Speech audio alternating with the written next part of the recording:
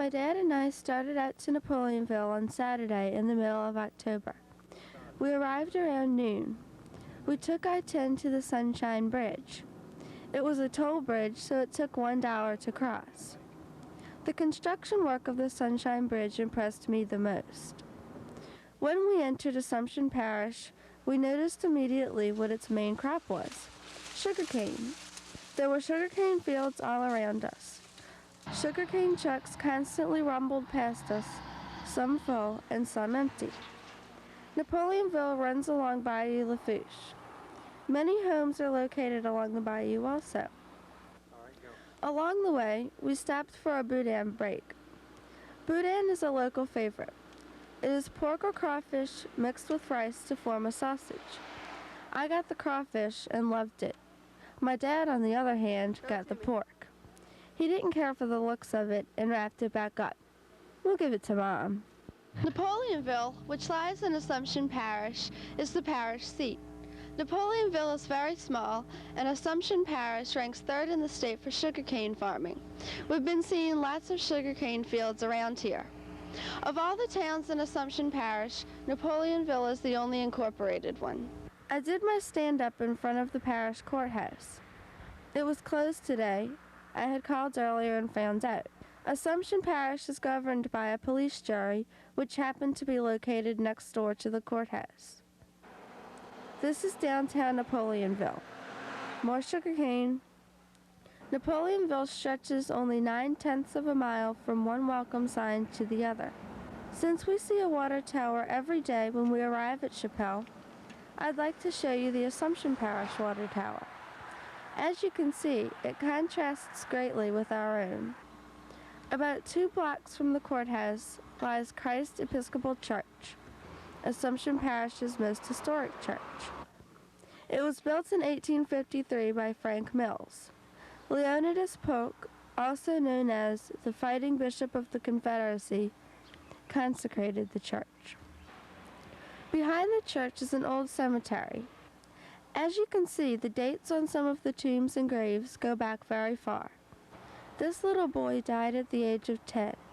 His father, who was buried with the boy, died at 38. The people did not live very long, obviously, in the 1800s. During the war between the states, Union soldiers used Christ Episcopal Church as a stable. The same soldiers vandalized the stained glass windows, but they were repaired. A man by the name of Judge LeSueur holds services at the church once or twice a week. Still more sugarcane fields. We decided that since all we saw was sugarcane, we would follow one of the sugarcane trucks. The truck led us straight to Glenwood Corps, a sugar refinery, where we spoke to Mr. Ronald Blanchard. He is the president of Glenwood Corps. How many square miles of sugarcane are there? Square miles, let's take it in acres. Okay. The acres for Glenwood Co-op's about 13,000 acres supplies the cane for the mill that, for the processing that we do here each year. And how long does it take to process about one load of sugarcane? Well, one load would be roughly 30 tons of cane, and we produce or we process about 200 to 210 tons of cane an hour. So we can process about 7 loads in an hour. Okay. And how many workers do you have on? We have about 100 seasonal workers, and we keep a crew of about 50 year-round. Okay. And is there anything you'd like to add? Anything interesting? Well, it's, you know, we've been here, the mill probably dates back to the 1800s, and it was formed into a cooperative in about 1933 when the people who owned the mill were going to shut it down. And the farmers in the area grouped together and bought the mill and formed a co-op, and that's how we've been going since that time as a co-op where the farmers in the area own the mill and bring the cane to the plant for processing. After the interview, we saw sugarcane being washed. The trucks would dump sugarcane onto a conveyor belt, where it would go through the cleaning process. Then it was stacked into huge piles to await the sugar refining process. When a truck that is piled with sugar cane enters the factory, the load is weighed. Then, the truck dumps its load and goes back to be weighed while empty. Whatever the empty truck weighs, it is subtracted from the weight of the full truck to see how heavy the load, and the worker is paid accordingly. We kept seeing full trucks go by and then empty ones. To get back to the main road, we plowed through sugarcane fields, sort of.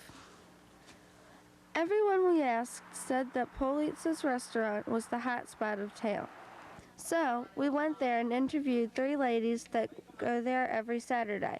What do you like about Napoleonville? Oh, I think it's a nice town, and the people are very friendly, and we get our cars from them.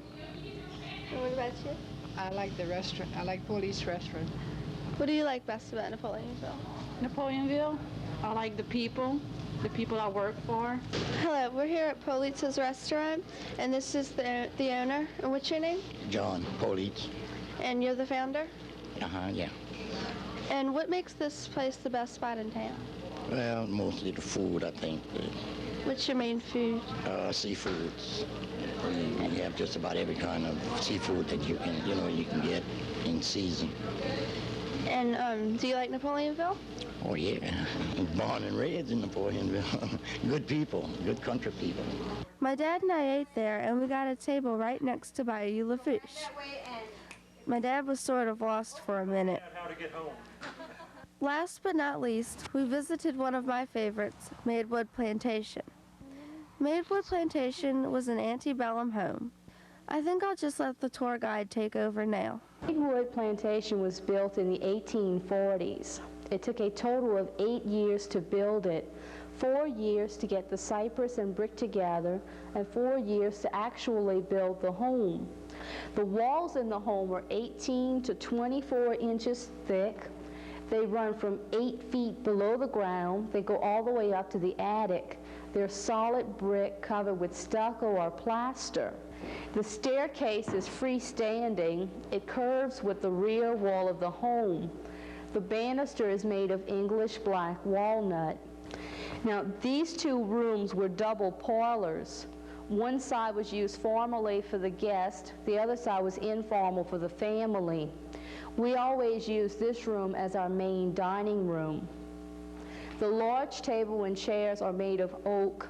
Those come from Caldwell Plantation, which was south of here. The picture on the organ shows Maidwood in 1885. Originally, the fence was down by the bayou. When the highway was put in, they moved the fence back toward the home. From here, we'll go across the hall to the music room. The Pleyel piano is a Marshall family heirloom.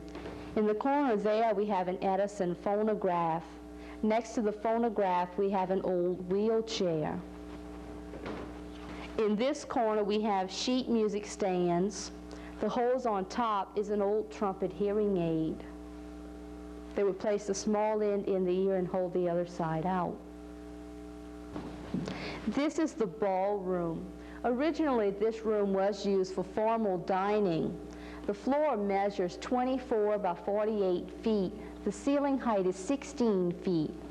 We use the ballroom for weddings, dinner parties, and luncheons. This is the library. Against the wall there, we have a 16th century Italian altar. It's inlaid with ivory and semi-precious stones. The altar is the oldest piece we have in the home. It was used like a tabernacle in a church. On the table there, we have an old book press. Because of the high humidity, the books would buckle or expand, so they had to press them flat to place them back on the shelf where they belonged. In each corner, we have a tilt table. These tables were made to fold so they can be stored away on the side. The walls were made of brick to help keep the home cool in the summer and warm in the winter. Here we have a petticoat check stand. The mirrors were used to see if the petticoats or the ankles were showing. In the stricter families, if a lady showed her leg to a gentleman, she could find herself married to him.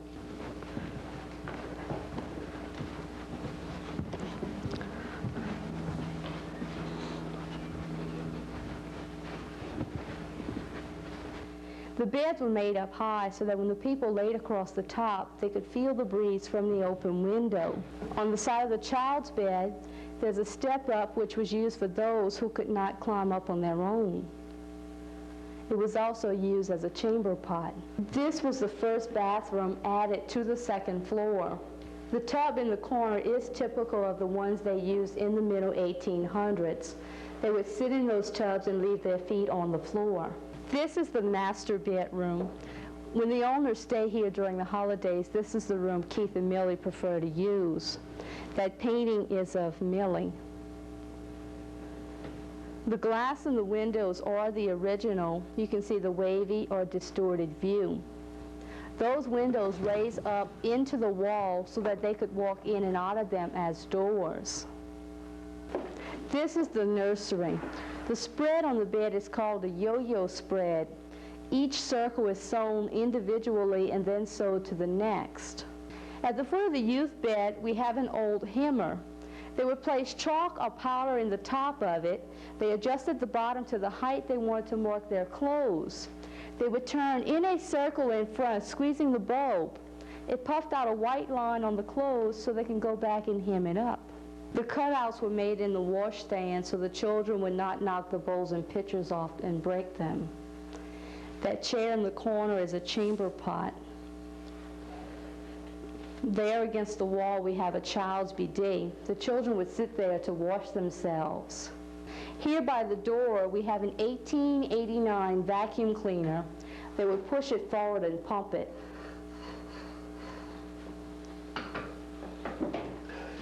Most of the buildings out back were moved here by the Marshalls. The house directly behind us was owned by a riverboat captain named Pierre Charlet. The Charlet house was moved here from Napoleonville, which is 6 miles north of us. Please watch your step. Watch your step. The kitchens were usually built separate from the mansions in case of a fire. Here the walls were made of brick covered with mortar and stucco to protect the home. The floor was dirt. These are the original cypress steps. You can see where they've been worn and repaired. There we have a cypress butter churn. That metal tub against the wall is a 1914 Whirlpool dishwasher. They would place the dishes in the basket and then pull the lever back and forth to move the water. Well, this concludes my trip to Napoleonville. I enjoyed it, for there are many interesting and historical sites to see. I hope you liked my report, and I do recommend visiting Napoleonville once in a while. This is Amanda Brown reporting.